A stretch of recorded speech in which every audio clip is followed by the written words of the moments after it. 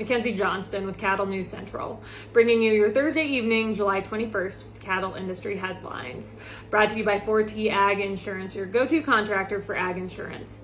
Colt Tritt, he is the owner and operator of 4T Ag. He is a one-man show. He himself ranches, so he understands all the risks that go along with the livestock industry.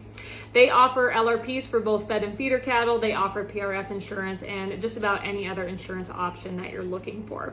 If you want to learn more about the company and check out everything they have to offer, head on over to www.4tag.net. That is the number 4, TAG.net.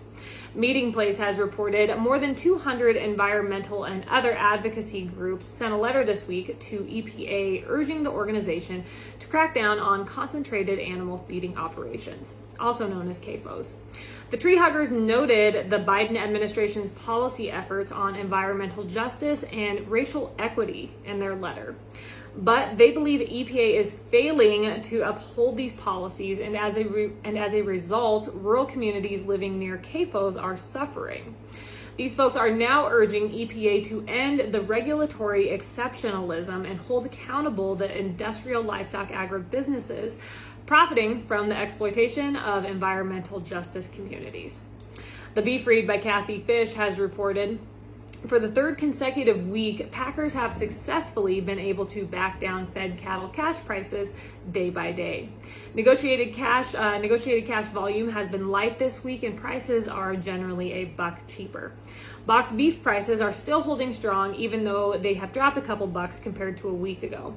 Somehow, beef prices continue to defy seasonality, high retail prices, pinched consumer pockets, and they remain strong. As we talked about yesterday, we have 2 USDA cattle reports coming out here on Friday that should provide friendly fundamental data supporting a long-term bullish outlook. However, according to Fish, with all sorts of global economic uncertainty in markets that are dominated by computerized-based trading, cattle futures are behaving timidly as more traders choose to sit on the sidelines. Fish closed by saying cattle feeders are currently dealing with a slew of difficulties as feeder cattle supplies tighten and break-even soar. Corn futures are declining in the midst of a wetter forecast for this coming week, but corn basis is extreme, right along with cost of gains. National Beef Wire has reported for the week beginning Monday, July 11th, so this would have been last week, U.S. beef net sales were 23,800 metric tons. That was up noticeably from the week before and up 97% from the prior 4-week average. And in case you missed it, Northern Livestock Video had their July sale this week, and it was hot, to say the least. Steers weighing between 7 to 750 brought an average of 201. Steers between 9 to 950, they brought 185. I'll let you do the math, pretty darn good. The heifer market was also exceptional. Heifers weighing between 8 to 850, they brought 179 on average, and then 9 to 950, they brought 174. Just another exceptional sale. This update is also sponsored by AgRisk Advisors. They manage your risk so you can manage your operation. They are the experts in educating, evaluating, and executing risk management programs for each individual operation while providing top-notch customer service. Now is the time to be thinking about enrolling in the Pasture Rangeland Forage program for the 2023 crop year. If you are interested in learning more, go ahead and reach out to Alex and Naya to learn how to set up a tracking policy so you can understand how the program works firsthand.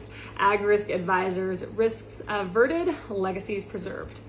Yahoo News has reported on Wednesday, President Biden announced a set of new actions to reduce greenhouse gas emissions. According to Biden, Congress is not acting as they should, so he's going to take matters into his own hands and will be announcing in the coming days executive actions to address climate change. If the Senate will not move to tackle the climate crisis and strengthen our domestic clean energy industry, I will take strong executive action to meet this moment, said Biden. He has referred to climate change as an emergency numerous times. We've heard him say it way too many times. During his speech, he stated that climate change has cost America $145 billion in the last year. I would like this man to sit down and calculate what he has cost America, not only in the last year, but since he has taken office. He believes our national security is actually at stake because of this so-called climate crisis. Activists are calling on Biden and his administration to declare climate change a national emergency in order to reduce fossil fuel use and increase clean energy capacity. And from the looks of it, Biden is going to fold to this request. But even though our president has an array of powers to push our country towards green energy, Biden's authority was limited last month by the Supreme Court in one key respect.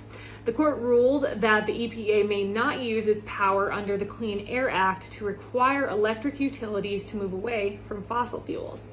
Nonetheless, Biden believes all Americans need to act boldly and accept this energy transition for the sake of our economy, our competitiveness in the world, and our future generations. Absolutely absurd. Absolutely absurd. He has been on this hill for quite a while, all about pushing towards green energy, and obviously there's a lot more emphasis on it right now because a lot of the United States is dealing with extreme heat. Over in Europe, they're dealing with extreme heat, but I don't know if anyone has told Biden or his administration. It is July, and most of the time it gets pretty darn hot. We can just wait a few months and it's going to be winter and it's going to be pretty darn cold. But when it gets so cold, this climate issue, this climate conversation, it disappears. It disappears. And the data shows that more people actually die of the cold in the winter versus what we experience in the summer, because that is a big crutch they've been leaning on about how many Americans are dying because of this heat wave. Just absolutely crazy statements. So for those of you that do not know, and I was not aware of this, 70% of the material used to produce green energy, whether it be batteries for electric cars or materials to build windmills, 70% of that comes from China. So with this green energy push, we are essentially, if it goes any farther, we are essentially giving China the keys to our energy supply here in America. Ridiculous. Biden talks about how this is a national security issue. This is what he likes to talk about, climate change. Maybe he should take a step back and actually look at the issues that are truly impacting Americans. Let's talk about gas prices. Let's talk about inflation. Let's talk about increasing interest rates. Those are the things that Americans are truly concerned about and what is truly impacting us. The percentage of Americans that actually care about climate change is minuscule, absolutely minuscule. So we have all these activists and everyone in the current administration pushing to go towards green energy because we're going to save the world. We're gonna keep the climate in tip-top shape. That's what we're going to do. But all these actions that they're wanting to put forward, they won't mean a damn thing unless the rest of the world gets on board. Because let's talk about China. You think they have any regulations when it comes to climate? India, absolutely none. So everything we're doing, it is basically just blowing smoke. Everything they're wanting to do, basically blowing smoke. And these pushes for more green energy, all that is going to do is going to make energy harder to come by for us Americans. And when I say that, what I mean is that it's just going to increase the cost of energy. That's all it is going to do. It is going to make your fuel more expensive. It's going to be more expensive to heat your home. Electricity in general. Let's talk about cooling your home in the summer. It is absolutely ridiculous what this administration is pushing. That is all I have for you guys this morning. I hope everyone has had a great week. This is my last update for the week. You guys have yourself a wonderful weekend. I'll catch you next week.